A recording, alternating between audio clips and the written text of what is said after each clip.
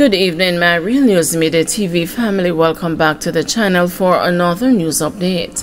And in the news of this evening, man killed, brother injured in Spanish Town home invasion. A man was killed and his brother injured when gunmen invaded their home along Fairfield Road in Spanish Town, St. Catherine last night. Killed was 42-year-old Mason Martin Lloyd Hudson, otherwise called Pang. Reports are that about 7:30, Hudson and his brother were at home when gunmen entered through a back door and opened fire. Hudson was shot multiple times while his brother was shot once. They were assisted to the Spanish Town Hospital where Hudson died while his brother was admitted.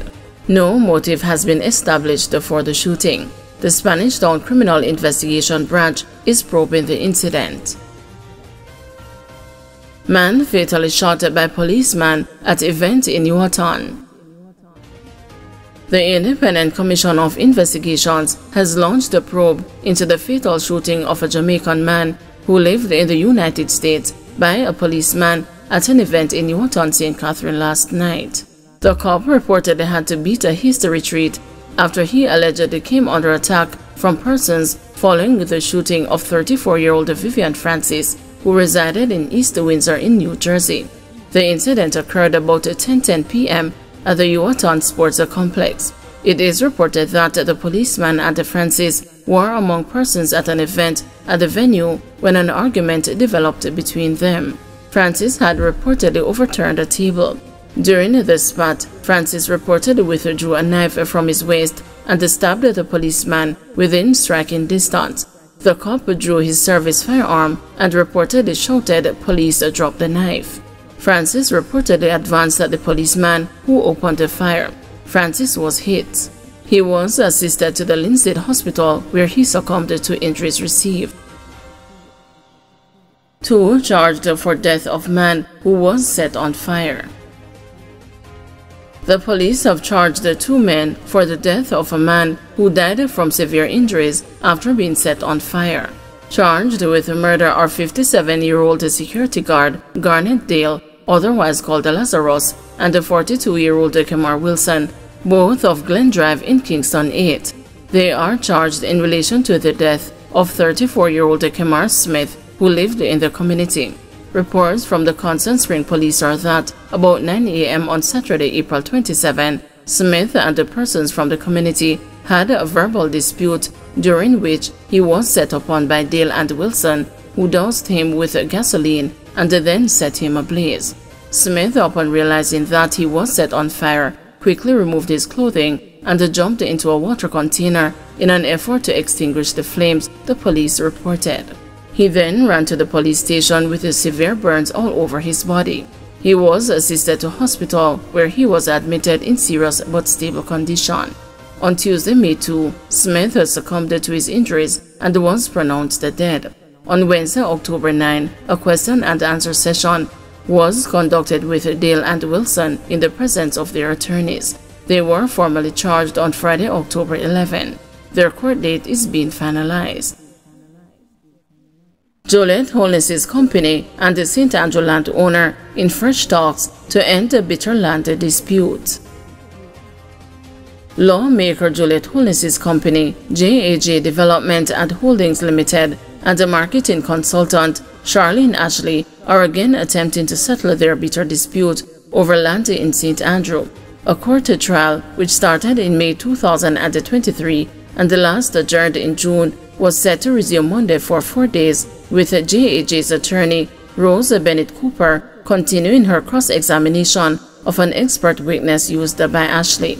However, before proceeding this morning, Bennett Cooper sought permission from presiding Judge Justice David Batts to approach him with a matter. She and Ashley's attorney, John Clark, conferred privately with the judge, then continued the discussions outside the courtroom. Upon their return, Bennett Cooper requested an adjournment on behalf of the parties, stating they wished to do certain things. So far, the conversation has been somewhat fruitful to the extent that some lack of clarity has become very clear, and we crave your lordship's indulgence for the parties to continue the conversation, she explained.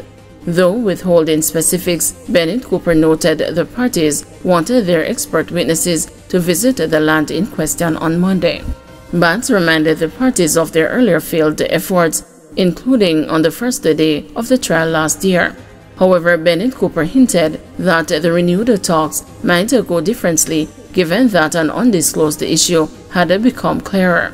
Batts remarked, "We know how it is. Sometimes you want all, you lose all," and added, "A settlement is better than 1,000 days in court." Bennett Cooper responded, "Very often, your brilliant victory is a Pyrrhic one." Pyrrhic, the judge repeated, before adjourning the matter for the day and the trial to continue Tuesday. Both Holness, a member of Parliament, Speaker of the House of Representatives, and the wife of the Prime Minister, and Ashley were present in court. They have both testified and faced cross-examination. JAG sued Ashley in 2020, seeking the splintered title for land on which its $800 million incomplete apartment complex is located in Lee's Flat, St. Andrew. The company had purchased Lot 2 of the property for $22 million in 2012, while Ashley lives on Lot 1.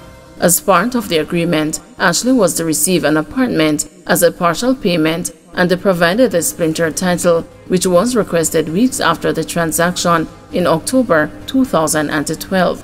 Ashley contends she couldn't deliver the title due to issues with the subdivision and the company's alleged delay in providing drawings, which she said were submitted in 2020. She claims that the subdivision would require the removal of her current gateway.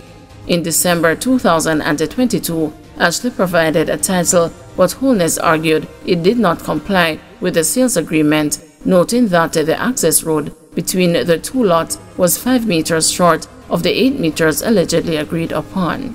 She also pointed out that the width fell below the Kingston and the St. Andrew Municipal Corporation's minimum requirement of 6.2 meters.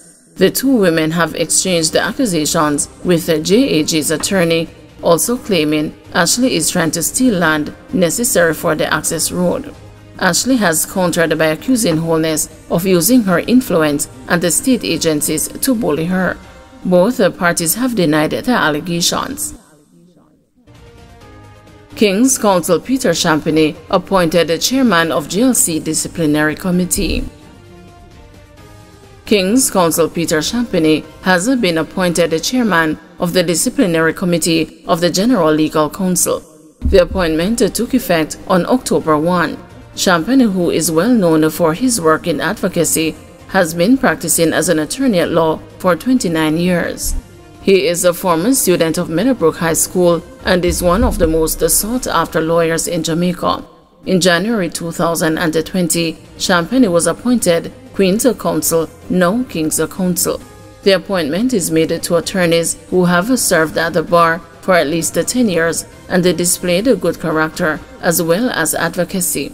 The Disciplinary Committee of the GLC performs the function of upholding standards of professional conduct of attorneys at law and enforcing discipline in the legal profession.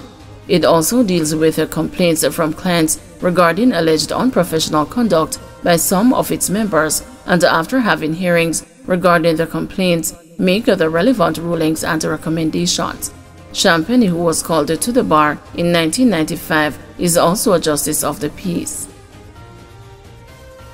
Thank you everyone for watching. See you tomorrow morning at 6 a.m. for another news update.